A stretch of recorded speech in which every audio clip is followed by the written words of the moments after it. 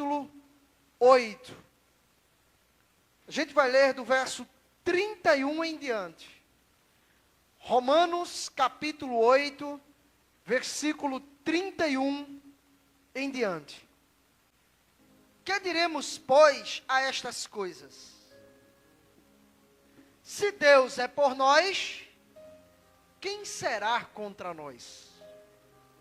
Aquele que nem mesmo a seu próprio filho poupou, antes o entregou por todos nós. Como nós não estar também com ele todas essas coisas? Quem intentará acusação contra os escolhidos de Deus? É Deus quem o justifica.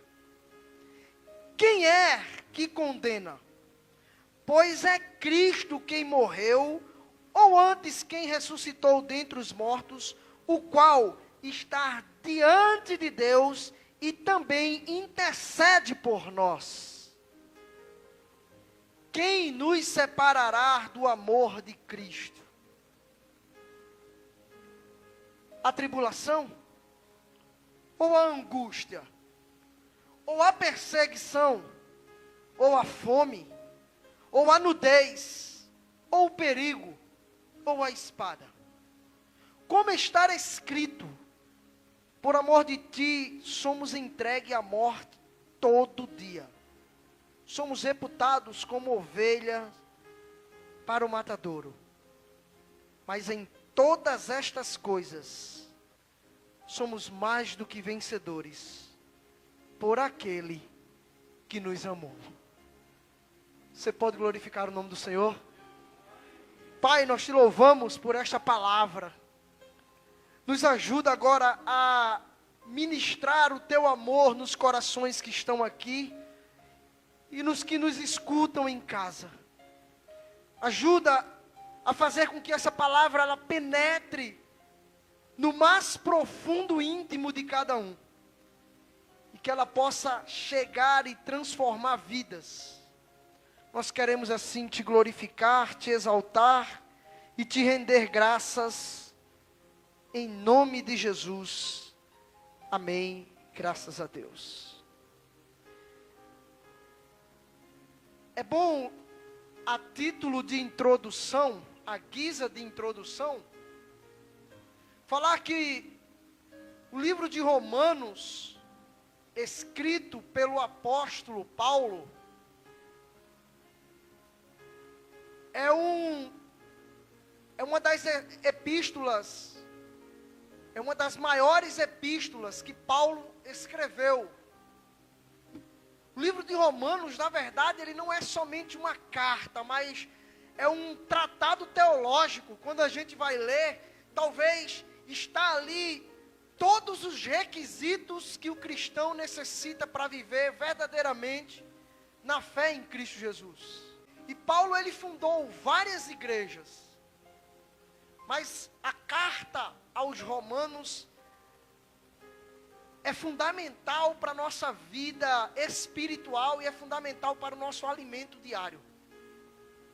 E hoje eu queria falar com vocês sobre alguns questionamentos que o apóstolo Paulo frisa, principalmente e especialmente no capítulo 8. Paulo faz algumas perguntas nesse capítulo retórica. E o que é uma pergunta retórica? É uma pergunta onde você faz alguém sem o interesse de obter uma resposta daquela pessoa. E Paulo começa a fazer alguns questionamentos retóricos, algumas perguntas retóricas. E é nessas perguntas que iremos trabalhar nesta noite e fazer algumas aplicações para a nossa vida. E é interessante porque o apóstolo Paulo inicia o versículo 31 fazendo uma pergunta: que diremos, pois então, a estas coisas? As coisas que ele já tem mencionado anteriormente. Ele diz: ora, se Deus é por nós, quem será contra nós? Paulo não está dizendo que não temos um inimigo, que o diabo não é nosso adversário, que a carne não é nossa adversária, que muitas vezes o nosso pensamento, ou talvez nossas filosofias, que não estão centradas na palavra, não são os nossos adversários. Não é isso que Paulo está dizendo. Mas Paulo está dizendo que temos um Deus que é 24 horas interligado conosco, e que se Ele é por nós, nem mesmo a carne, nem mesmo o diabo, nem as vãs filosofias, ou qualquer outro tipo de pensamento, pode ser contrário a nós. Ele não afirma que não temos um adversário, mas Ele afirma que temos um Deus, que é bem maior do que os nossos adversários. E ele começa fazendo esta pergunta, olha, dizendo aos cristãos que estavam ali em Roma: se Deus é por vocês, quem será contra vocês? E ele inicia o versículo, falando mais algumas coisas, dizendo: aquele que nem mesmo a seu próprio filho poupou, antes o entregou por amor de todos nós, como nos também dará com ele todas as coisas. Paulo começa agora a fazer com que eu e você pense. Muitas pessoas olham para Deus e dizem: olha, eu não sei lá, eu não tenho muita certeza de que esse Deus realmente trouxe salvação para a minha vida. Eu não sei lá, eu tenho muitas dúvidas em relação a, será que realmente eu estou salvo? Será que realmente esse Deus me salvou? Será que realmente Ele vai me levar para o lugar prometido? E Paulo começa a dizer: olha para a pessoa de Jesus, o próprio Filho de Deus, o unigênito do Pai, o único Filho do Pai. Este mesmo, nem Ele mesmo foi poupado, porque Deus o entregou na cruz do Calvário, por amor de vós, para que um dia vocês também sejam recompensados com todas essas outras coisas. Ora, se Deus deu o seu próprio Filho, aquele a quem Ele mais amava, o que serão as outras coisas para Deus entregar a vocês? E Paulo começa a fazer estas perguntas aos cristãos que estavam ali em Roma, inculcando na sua cabeça, colocando em sua cabeça, que o plano salvífico de Deus ainda permanecia de pé. E ele ainda continua fazendo algumas perguntas retóricas, e ele diz: quem intentará acusação contra os escolhidos de Deus? É Deus quem justifica. Agora Paulo usa uma linguagem bem judiciária. Quem tentará acusação contra os eleitos e os escolhidos de Deus? E ele começa a dizer: olha, este povo foi justificado não pelos seus méritos. Não fomos justificados por Deus por sermos bons. Não fomos justificados por Deus por fazer o bem ao próximo. Isto é uma tarefa, isto é um dever de cada um que está aqui nessa noite. Mas não é isso quem justifica você diante de Deus. Paulo começa a dizer: a única coisa que justifica o ser humano diante de Deus é o sangue de Jesus, que foi vertido na cruz do Calvário. Seus méritos, seu dinheiro, sua casa, os seus bens, o fazer o bem ao próximo, não vai fazer você chegar diante de Deus e dizer: Senhor, mas eu fui uma boa pessoa na terra. Senhor, mas eu implantei muitas obras na terra. Eu fiz caridade, Senhor. Eu fui uma pessoa tão boazinha. Isto não justifica você diante de Deus. A única coisa que justifica o ser humano é a morte de Jesus na cruz do Calvário. Se Jesus não tivesse sido morto naquela cruz, agora eu e você estaria condenado ao inferno. Mas agora Paulo faz: quem tentará mais esta acusação? Quem levantará mais o dedo para dizer, este não pode mais chegar ao reino do céu? Ninguém, porque o próprio Jesus já justificou estes lá na cruz do Calvário. Ninguém pode mais justificar os eleitos do Senhor, a não ser o próprio Deus.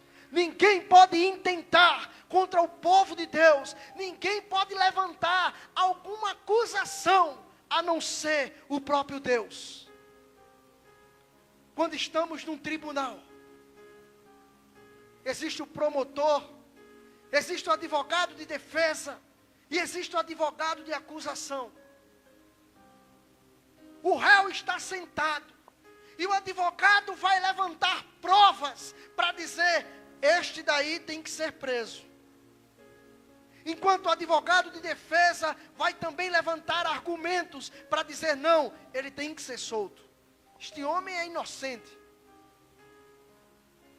Depois da morte de Jesus,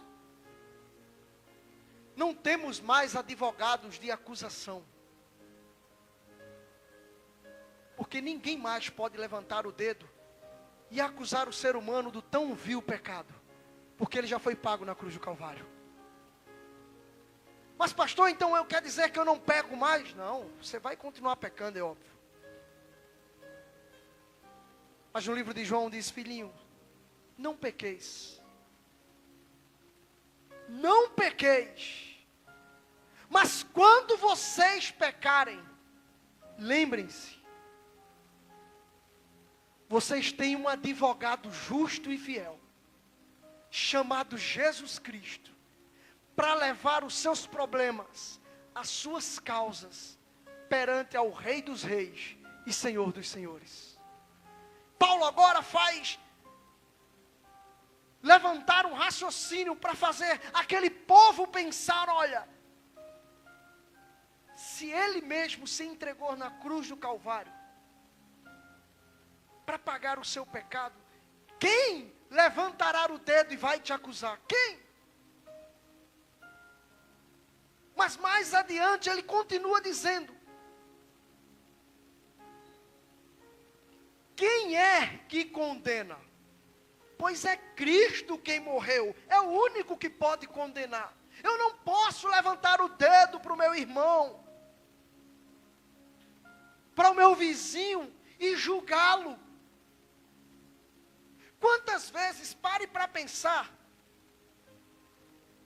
um crente talvez não chega para você e diz, rapaz, eu estou salvo. E a primeira coisa que a outra pessoa faz é, tu está salvo? Menino, quem só pode dizer isso é Deus. Ou talvez outros chegam e dizem, tu está salvo? Meu Deus do céu, misericórdia. Mas veja só, se você diz que está salvo e eu digo que você não está, eu estou lhe julgando. Eu estou levantando o dedo para você dizendo, não, você não está, ou você está. Ninguém tem esse poder de dizer que o próximo está ou não está. Cada um dê conta de si mesmo a Deus. E agora Paulo começa a falar, quem é que condena? Só Cristo. Quem dá a vida é Cristo. E ele continua dizendo, quem morreu, ou antes quem ressuscitou dentre os mortos, o que está à direita de Deus e também intercede por nós. Mas ele faz uma pergunta agora, é onde eu quero fazer algumas aplicações para a nossa vida. Paulo agora faz uma pergunta dizendo, quem pode nos separar do amor que está de Deus, que está em Cristo Jesus? Quem nos separará do amor de Deus? Que pergunta que Paulo faz. Mas se formos pensarmos, durante toda a trajetória e caminhada cristã, muitas coisas acontecem na nossa vida. E essas coisas são mencionadas pelo apóstolo Paulo para mostrar que nada pode nos separar do amor de Deus. E ele começa dizendo, será a tribulação? Os problemas da vida? Quantas pessoas não iniciam a sua caminhada cristã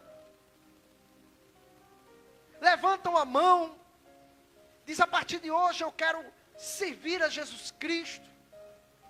Mas durante um tempo, as coisas começam a apertar. O nó aperta. Parece que tudo está andando ao contrário. E algumas pessoas utilizam da frase: rapaz, quando eu estava no mundo parece que era melhor. E o nó vai apertando, apertando. E Paulo começa a dizer: quem vai separar você do amor de Cristo? É a tribulação? É os problemas da sua vida que separa? Ou será que além da tribulação, será a angústia? Ou pessoas que quando perdem um ente querido, está no leito do hospital, está passando uma fase difícil da sua vida, a depressão, o sofrimento, a angústia toma conta do seu ser espiritual. E Paulo começa a dizer: o que pode separar você do amor de Deus? Será que é a tribulação? Ou será que é essa angústia que está no seu peito? Este amargo que está dentro de você. Mas ele continua ainda falando dos problemas. Ou será a perseguição?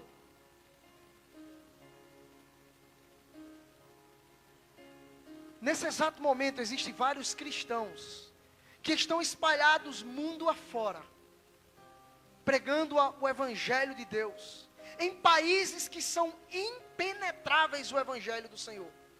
Quando citamos Coreia do Sul, Coreia do Norte, perdão. Quando citamos Janela 1040. E quando citamos vários e vários outros países, que onde o Evangelho é impenetrável. Quando você chega lá e começa a falar do amor de Deus, você é perseguido e automaticamente morto. Será que isso pode separar você do amor que está em Cristo Jesus? E talvez quando Paulo fala dessa perseguição, ele fale de experiência própria. Porque Paulo foi perseguido em toda a sua caminhada e trajetória da fé. Deixou de ser o perseguidor para ser o perseguido. Mas será que isso pode nos separar do amor de Deus? E ele continua dizendo: ou será que é a fome?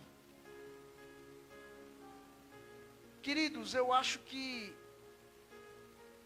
talvez aqui, eu acredito que ninguém nunca conheceu de fato o que é a fome. Talvez, eu acredito que não. Ou possa ser até que alguém já tenha conhecido e eu não tenha conhecimento da história. Mas passar fome é algo realmente muito difícil. É uma situação escassa, complicada, aonde você talvez abrir a porta do seu armário, ou talvez você nem ter armário. E não ter sequer um punhado de farinha para colocar em sua boca. Ou pior, para alimentar os seus filhos.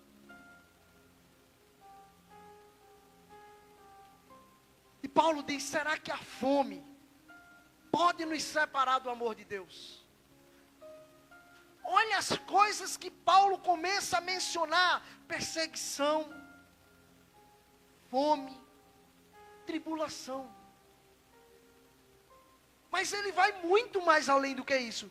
Ou será a nudez? Não ter nada o que vestir. Eu sei que nos dias de hoje tudo é mais fácil. Arrumamos roupa com o vizinho, compramos, doamos para quem não tem. Mas talvez encontrar no Brasil alguém que não tem uma roupa é difícil. Talvez até tenha. As pessoas que moram em São Paulo ou vivam debaixo das pontes, nas periferias. Mas será que a nudez ela pode nos separar do amor de Deus? Paulo vai muito mais além. Ou será o perigo? Ou talvez a espada? Paulo cita uma série de fatores que acontecem no nosso dia a dia. De pessoas que usam desses vãs argumentos para deixar a sua caminhada na fé. De pessoas que se utilizam desses artifícios para dizer, olha, foi muito difícil, para mim não deu. Aquele que coloca a mão no arado não olha mais para trás. Aquele que começa a sua caminhada não volta mais atrás. Aquele que começou a boa obra em vocês, há de aperfeiçoar até o dia da sua volta.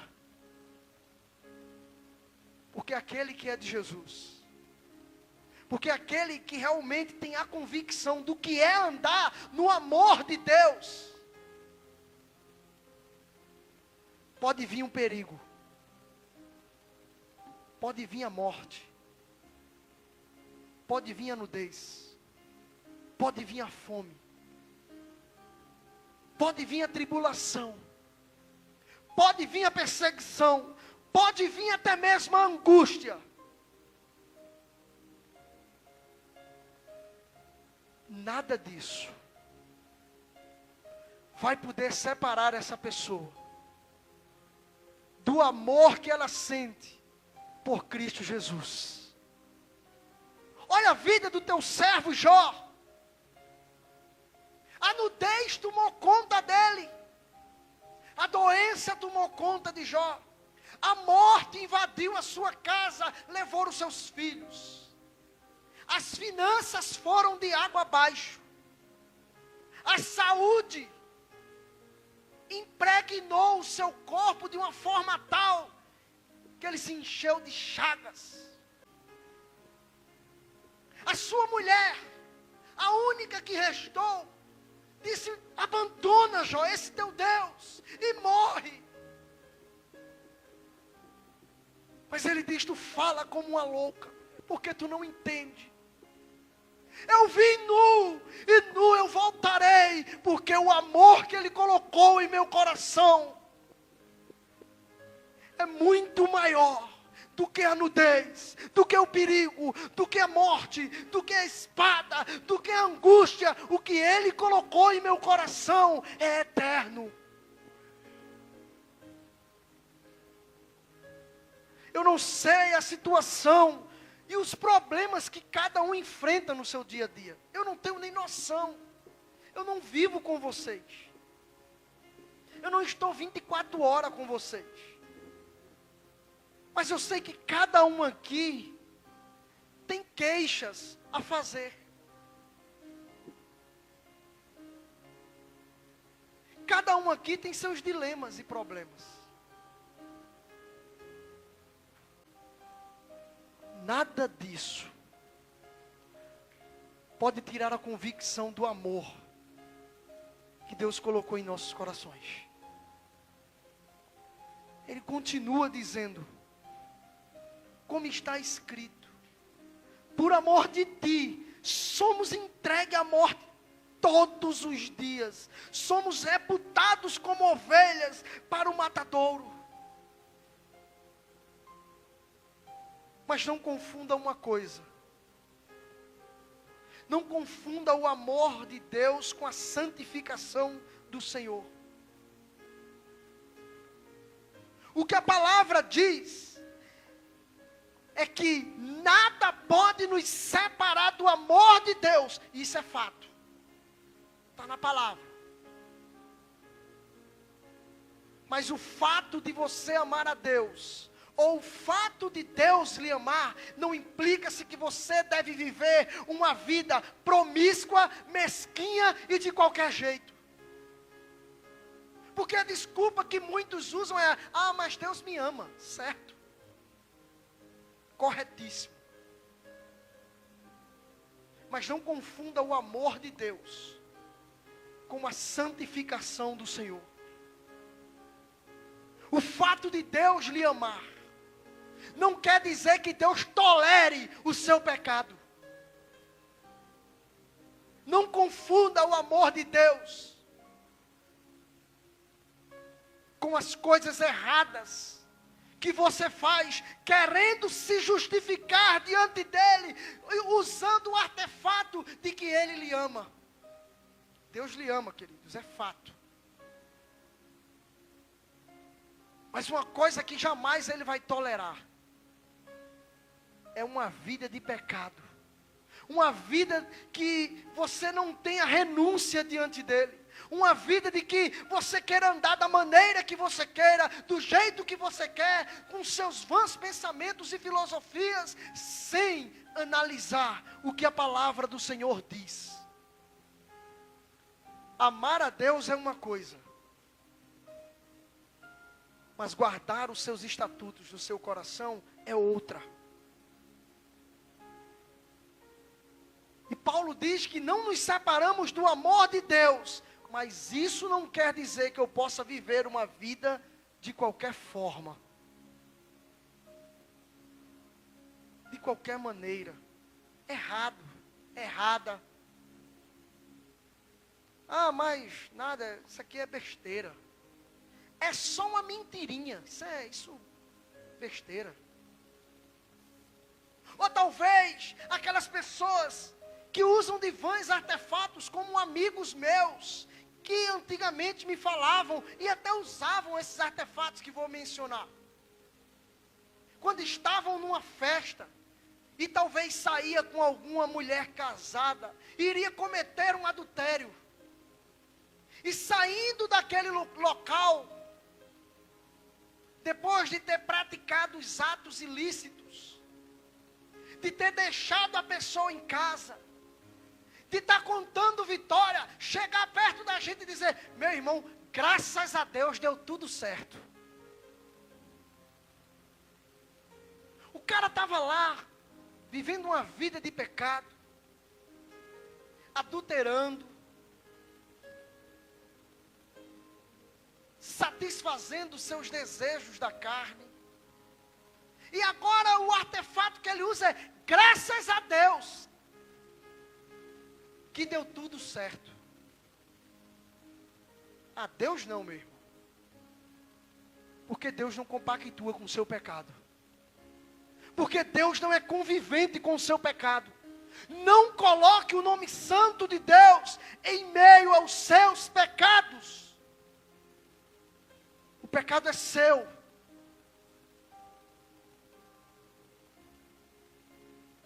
Mas se você realmente está disposto a se arrepender, a ser transformado por esse Deus, é simples. Redobrar o seu joelho, pedir misericórdia, se arrepender, porque foi esse o evangelho que João Batista andava pregando, o evangelho do arrependimento. Arrependei-vos e convertei-vos, porque está próximo o reino dos céus. Mas em todas estas coisas que foi mencionada aqui agora, somos mais do que vencedores, por aquele que nos amou. Paulo não está dizendo que você é um vencedor. Paulo está dizendo que por estas coisas que você passou, você é mais do que vencedor. E ser mais do que vencedor, ou ser vencedor, é fazer parte do time de Jesus Cristo. Como eu já falei em outras oportunidades, no time de Jesus não entra quem empata ou quem perde, só quem vence. Não existe no time de Jesus aquele que empatou ou aquele que perdeu. A coroa da vida é para os vencedores. Essas coisas são para os mais que vencedores. Somente quem vence é quem participa desse time. E quando eu digo vencer, não é só se dar bem na vida, mas é viver uma vida séria, íntima com Deus. Para finalizar, e daí, pastor?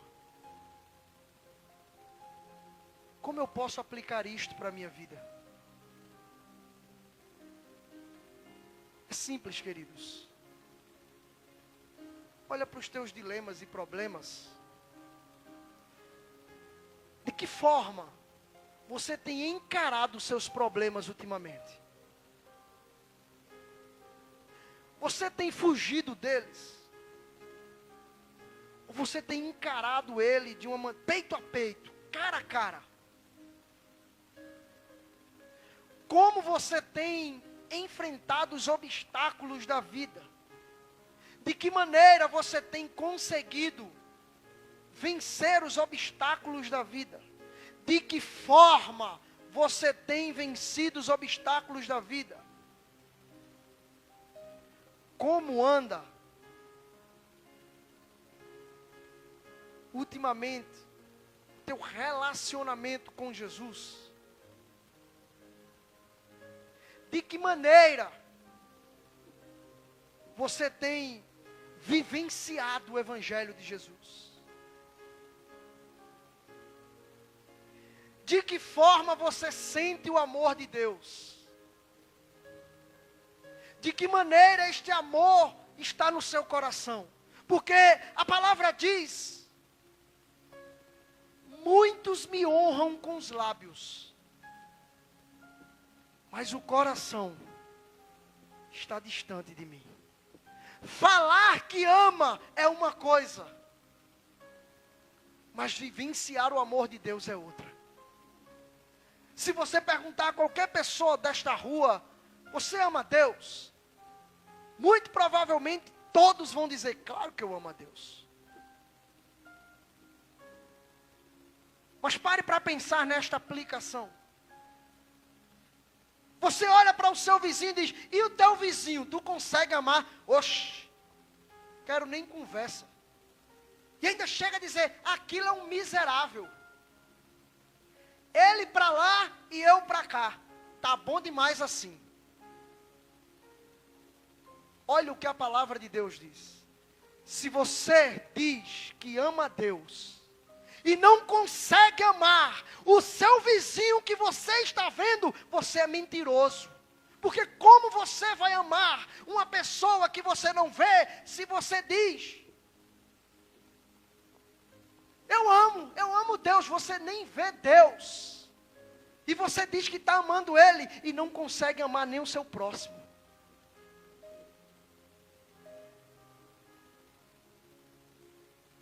A Bíblia diz: você se torna mentiroso, porque você diz que ama a Deus, mas não ama o seu próximo. Não ama. Ah, pastor, mas só o senhor ver o que ele ou ela fez comigo. Não me importa.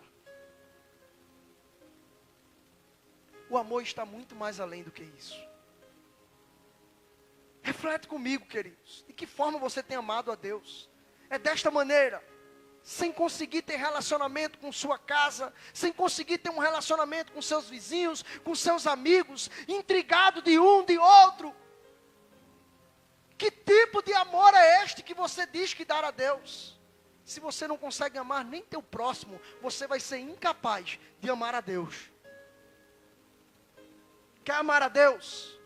Conserta primeiro o teu erro com os teus próximos, com teu vizinho, com teus amigos. Quando você consertar o seu erro, você vai conseguir amar a Deus.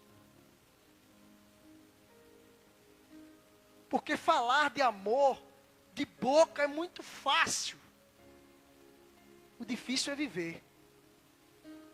Ah, pastor, mas isso é muito difícil, isso daí é... Não, meu irmão, isso não é difícil, isso é evangelho.